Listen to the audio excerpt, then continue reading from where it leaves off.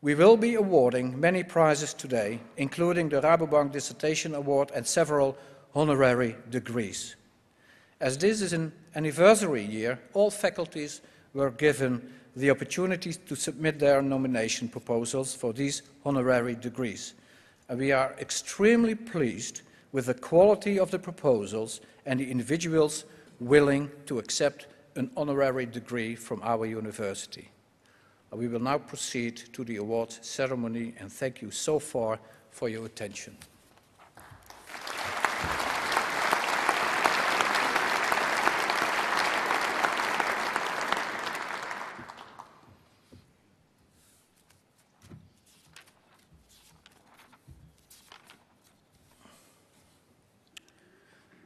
Maastricht University is proud and honored to award 6 honorary doctorates on the occasion of the 35th anniversary. Proud and honored because of 6 esteemed scientists who originate from various countries worldwide.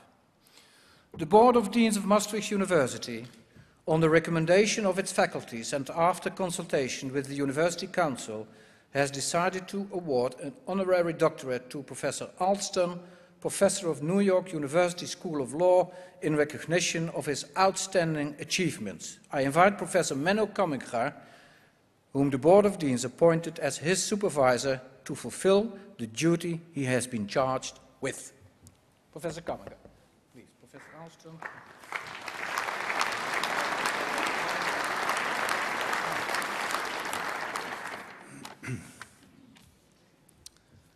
Philip Alston has long combined sharp scholarly analysis with practical work for human rights. He is professor of law at New York University and currently visiting professor at Harvard Law School. Until a few months ago, he was also the United Nations Special Rapporteur on extrajudicial executions. Alston's scholarly work is characterized by its productivity, its wide scope, and its incisiveness. He is the author and editor of more than 30 books and 150 articles in the field of human rights.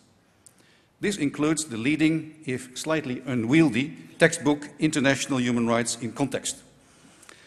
Especially significant has been his work to clarify the obligations states have to realize social and economic rights, at a time when it was still more fashionable to concentrate on the traditional civil and political rights.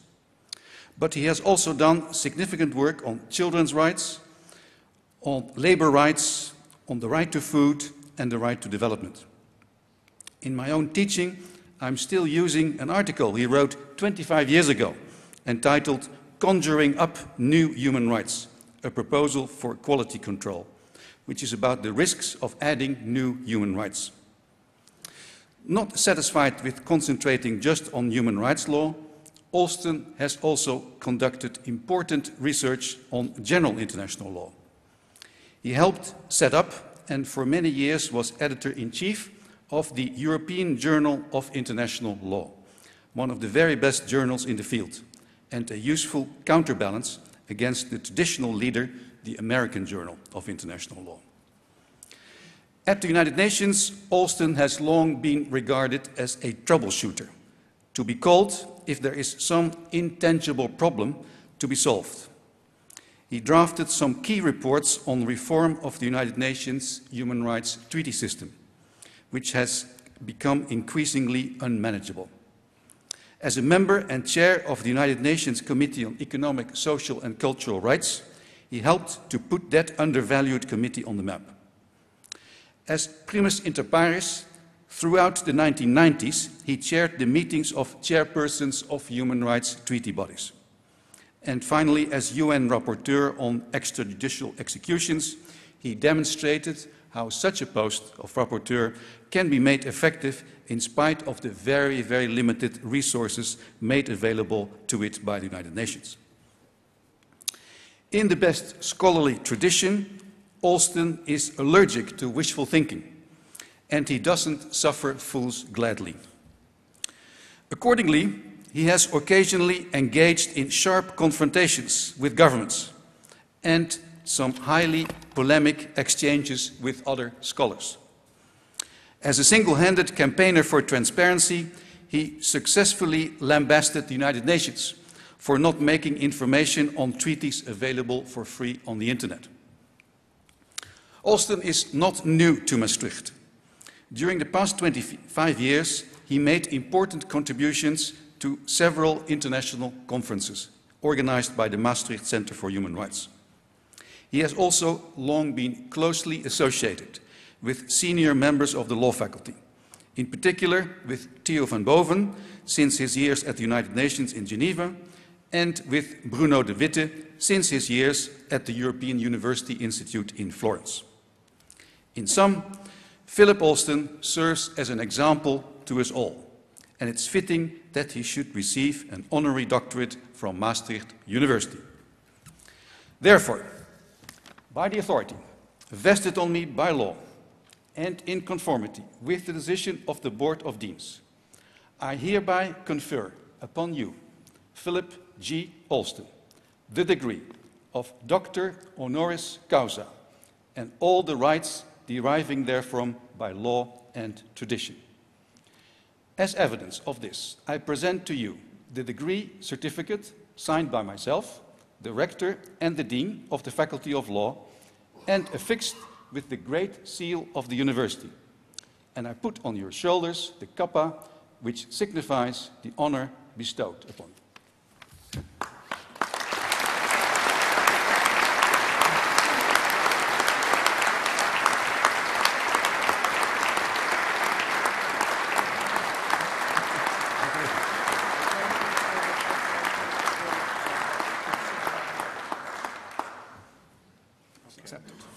If you will accept it. Thank